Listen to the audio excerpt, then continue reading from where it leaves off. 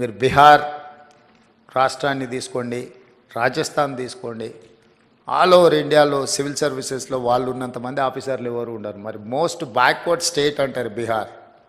Most backward state నుంచి ఇంతమంది ఐఏఎస్లు, ఐపీఎస్లు, ఐఎఫ్ఎస్లు, అదర్ పబ్లిక్ సర్వీస్ కమిషన్ నుంచి వచ్చే పెద్ద పెద్ద ఉద్యోగాలలో ఎందుకు సెలెక్ట్ అవుతుందంటే వాళ్ళంతా ఫోకస్ పెట్టి జాతీయ స్థాయిలో ఉండే ప్రతి అవకాశాన్ని అందుకోవాలని వాళ్ళు ప్రయత్నం చేస్తున్నారు. బ్యాంకింగ్ సిస్టమ్ కూడా చూడండి, రైల్వే రిక్రూట్మెంట్ బోర్డులో చూడండి వాళ్ళ పర్సంటేజ్ ఎంత ఉంటుందో.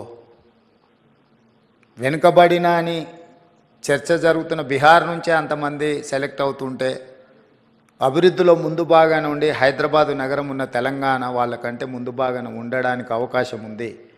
కాకపోతే అవకాశాలను అందిపుచ్చుకొని మనం ఫోకస్డ్గా ఎగ్జామ్స్కు ప్రిపేర్ అయితే సాధించవచ్చు. మీరందరూ ఆ సర్వీస్లలో ఉంటే తెలంగాణకి ఎక్కడున్నా కూడా సహాయం చేయడానికి ఉపయోగపడతారు.